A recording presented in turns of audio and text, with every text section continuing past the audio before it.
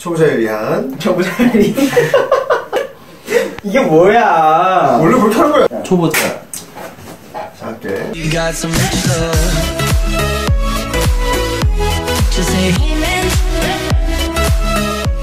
초보자를 위한 사용자 유튜브 블록체인 탐험기 미스터 블록체인입니다. 왜 이렇게 템포가 낮아? 톤이 너무 낮은데? 힘이 없어. 또 왜 그래? 뭐 때문에 그래? 뭐? 어? 장이 안 좋아서 그래? 뭐 장은 안 좋을 수도 있지 뭐. 계속 아까부터 트레이딩 창 보고 있던데? 뭔 소리야. 살다 보면 힘든 날이 올 수도 있는 거 아니야? 이런 분들이 많을까봐 제가 오늘 같은 컨텐츠를 준비했습니다. 성현창 같은 분들이 많을까봐 이런 장을 준비했는데, 근데 솔직히 우리도 이렇게 하락장을 맞이한 게 처음은 아니잖아. 난 솔직히 지금 하락장이라고 생각도 안 해. 그럼 뭐야? 상승장이야 지금? 아니 그건 아닌데 그냥 이거는 솔직히 옛날에 비해서는 아무것도 아니지. 옛날에 비해서? 근데 정말로 근데 이번에가 근데 사람들이 이렇게 긴 하락장이 없었다, 이렇게 많이 떨어진 적이 없었다 라고 말씀하시는데, 근데 그게 맞긴 맞아. 이렇게 길게 떨어진 적은 없었고, 우리도 느꼈던 것 중에 이렇게 많이 떨어진 적도 없었는데, 지금 보면은 12월 16일이 우리나라에서 지금 최고가를 찍었다고 하는데, 그때 이후로 우리 이제 3일 전에 최저가를 찍었을 때 있지, 800 몇십만 원 찍었을 때, 그때까지 해서 한 약 61% 정도가 하락을 했어. 근데 중요한 게 있다. 이러한 여러 가지 하락도 맞이하고 우리가 지금 61% 떨어졌지만 2017년도에 1177불이었던 게 지금 얼마냐? 9,000불이지. 그렇지. 700%가 넘게 올랐지. 그런 상황이기 때문에 이런 게 처음이거나 아니면 지금 모든 세상이 끝났다고 느끼는 송현창 씨 같은 분들이 좀 안도를 했으면 좋겠다.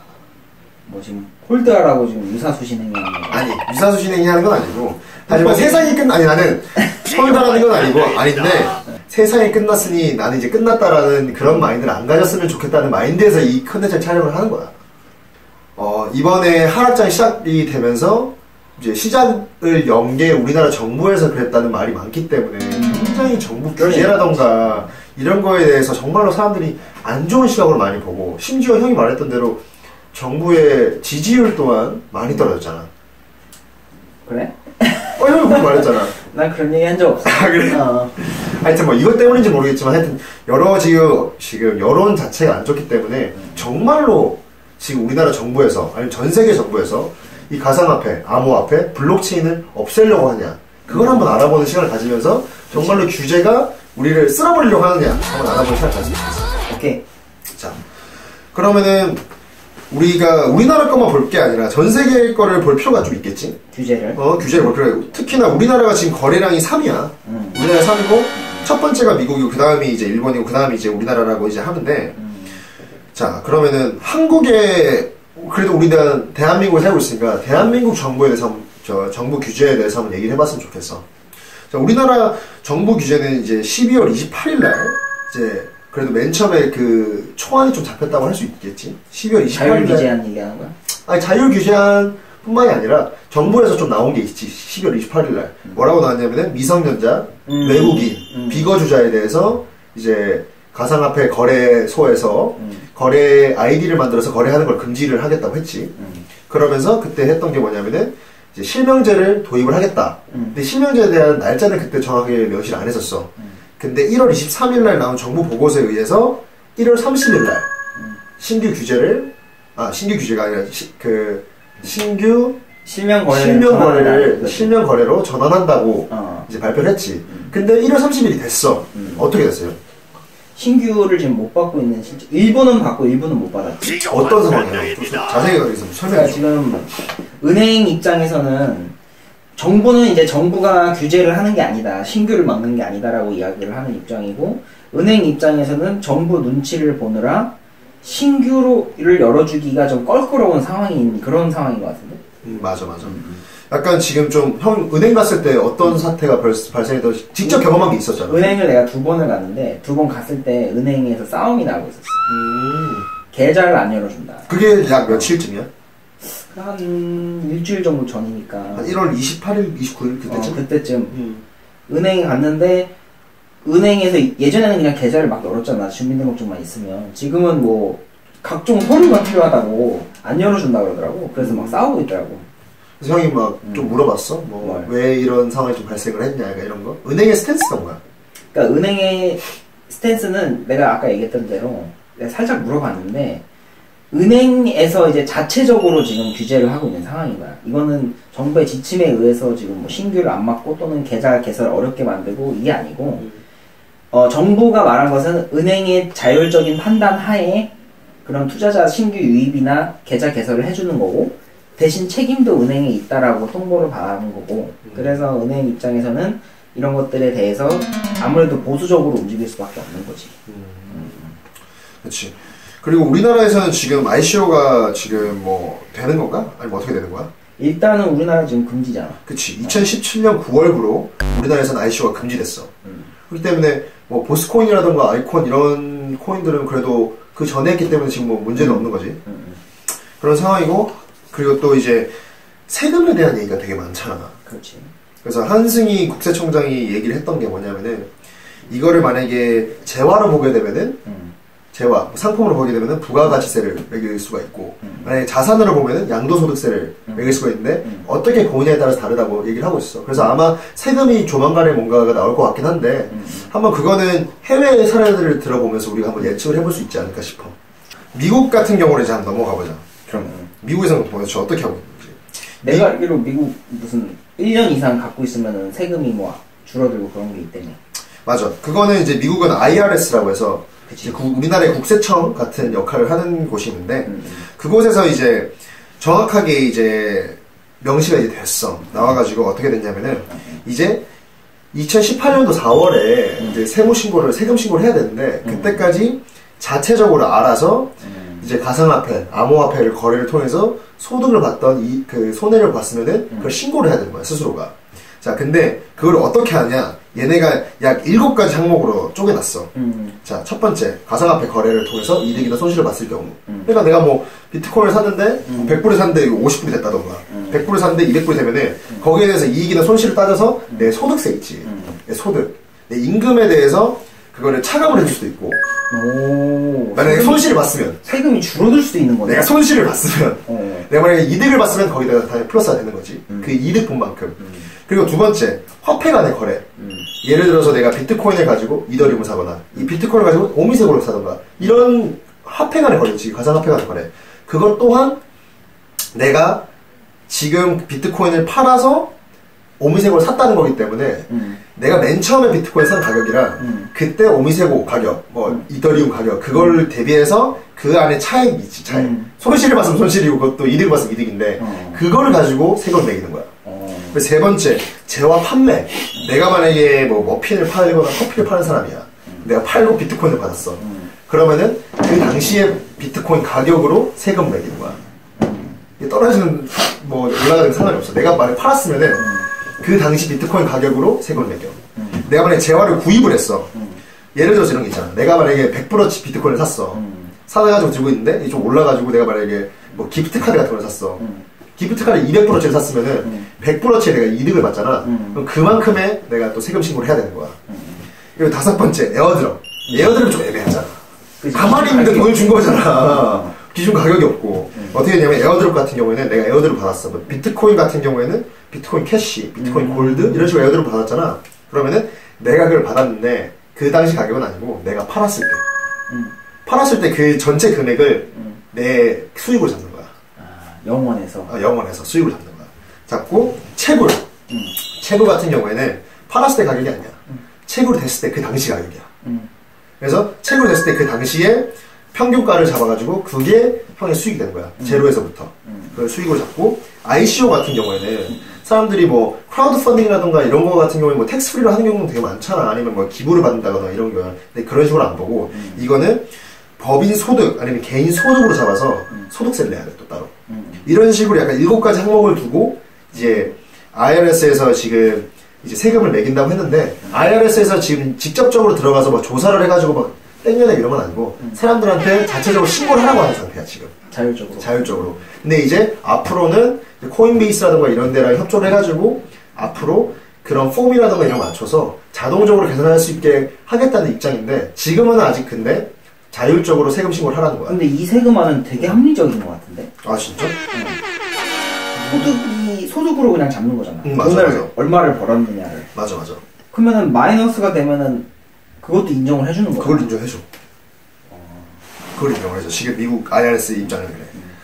그런 거고, 그리고 이제 뭐 SEC 같은 경우에는 근데 중요한 게 있지. SEC가 어떤 데냐면 ETF라던가 아니면은 뭐 그런 상품들 있잖아. 그런 거에 대해서 승인을 내주고 뭐 아니면 IPO라던가 이런 거를 다 관장하는 이제 우리나라로 치면 뭐 증권거래소라고 하긴 좀 그렇지만 하여튼 좀 감독위원회 이런 식으로 금감위 같은 금감위 같은 느낌인데 여기에서 이제 뭐라고 했냐면은 암호화폐 거래 이 자체를 뭐 ICO 이게 되게 문제가 많이 됐잖아. 스킴도 많고 되게 많아가지고 ICO를 IPO랑 똑같이 본다고 했어. 그 말이 뭐냐면은 ICO가 전면 금지는 아니야 미국에서. 전면 금지는 아닌데 SEC의 허가를 받아야 돼. 근데 중요한 게 뭐냐면은 SEC는 아직까지 한 번도 ICO를 허용해 준 적이 없다.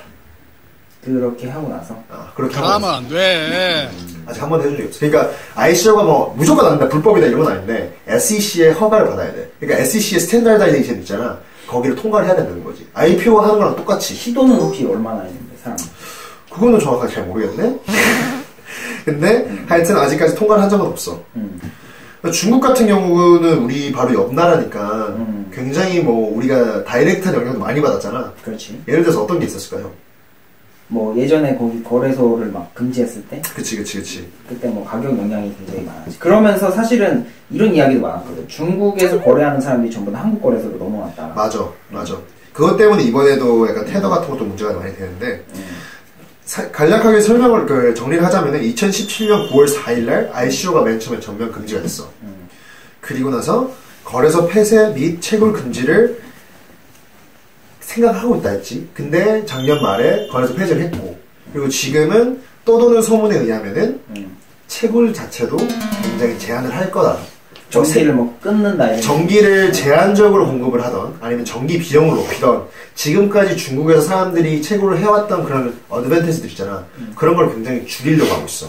줄이려고 하고 그렇기 때문에 그 중국 당국에서 그 지방 자치단체들 있잖아. 지방 그 자치단체들한테 이 채굴 업체들한테 떠날 수 있는 그런 시간을 지금 좀 주고 있는 상태라고 보면 돼. 그래서 지금 비트메인 같은 지금 전 세계 최대 채굴 업체인 비트메인 같은 경우에도 캐나다로 이동하는 거를 고려 중이다 라는 말이 나올 정도로 지금 좀 안 좋은 상황이야.